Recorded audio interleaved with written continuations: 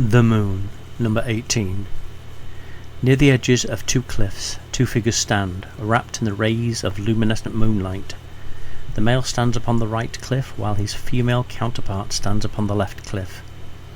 They represent the primordial, active and passive energies, spirit and matter, light and dark. There is only a small gap between them, making it easy for them to cross and unite. Yet one false step could be their undoing. The moon governs tides. Its ever-changing phases exert a constantly shifting influence upon the waters of the earth, as well as upon our emotional lives. Each one of us is connected to the moon through occult energies that shift our emotional bodies. In contrast to the sun, which shines constantly and reliably, completely illuminating the world, the moon provides only intermittent and indirect light.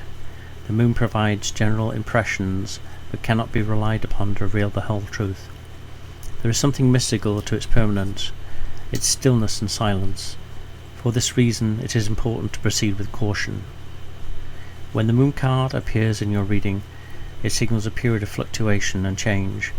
For most of us, the inability to clearly distinguish our surroundings instills a sense of fear and anxiety reminiscent of childhood fears of the dark. Moonlight dances lightly at night time. It hints, but doesn't reveal all. And what we see by moonlight can turn out to be quite different in daylight. Therefore, it is not at all difficult to misperceive objects or intentions. Beware then of false impressions throughout this period, as it's quite easy to lose your step and to be deceived.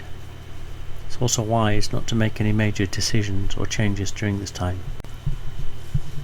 The Three of Swords.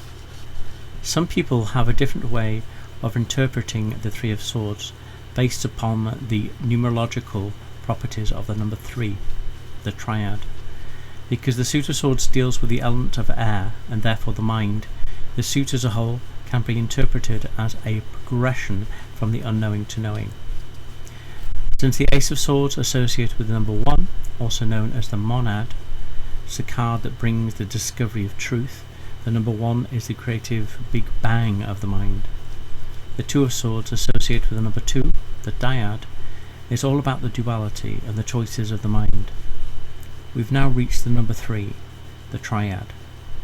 In the Three of Swords, where what we've learned from the Ace of Swords, 1 equals truth and creativity, combined what the Two of Swords, 2 equals the ability to make the choices and proper discernment, brings us to the growth and expansion of the mind through multiplicity, new ways of thinking and seeing things. It calls for harmony and equilibrium between the two forces that once were opposing. For this reason, the card portrays the image of a young man in the midst of gaining knowledge. Three of Swords stands upright, piercing the book of thought, unlocking the living knowledge as it flies off the pages.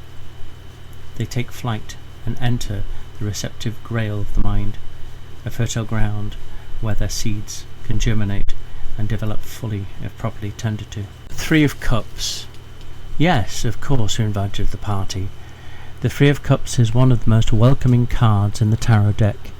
The card depicts two women, one young and one older, toasting with you, the reader. A toast is a moment of happiness and storytelling, of humour and hope.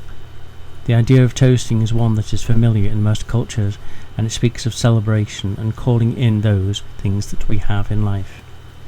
Whatever the structure of the toast, one thing is always true. Its joy is multiplied by the number of people sharing it with you in the room. Now is the time to have fun and enjoy social gatherings. The Three of Cups is a card of community. It speaks to free feeling like you are part of the crowd, about feeling embraced by your community. You may soon attend a party or an event. This is not a humdrum work event, rather it is a gathering of the heart.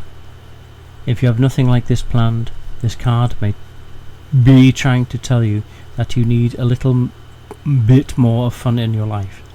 Spice it up. Take some time to decompress and enjoy yourself in the company of good friends. Cheers. 10 of Cups.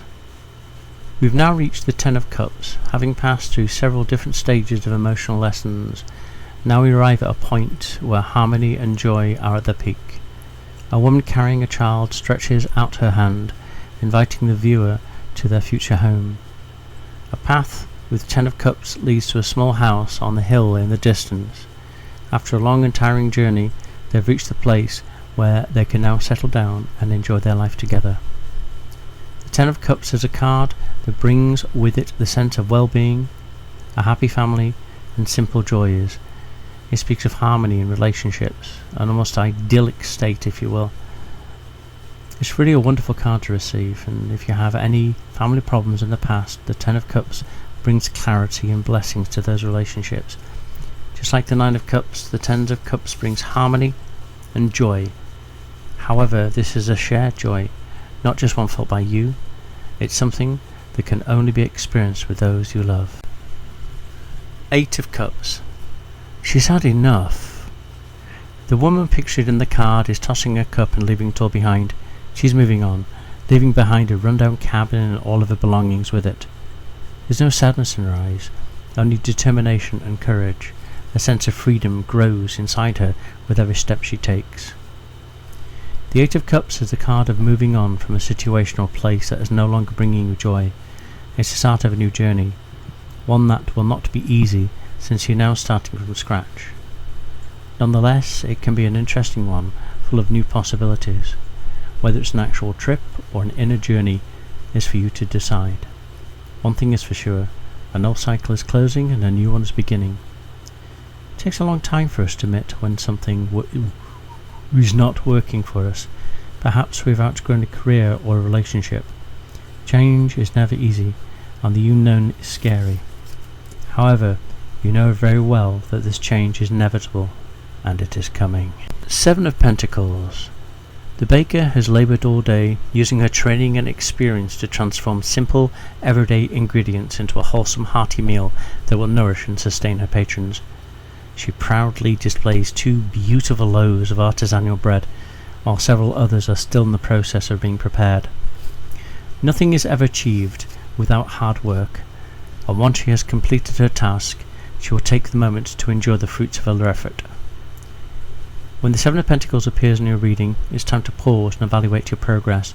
Consider everything you've achieved thus far. If you are interpreting this card in light of your profession, the 7 of Pentacles may indicate that you will soon be recognized for a job well done.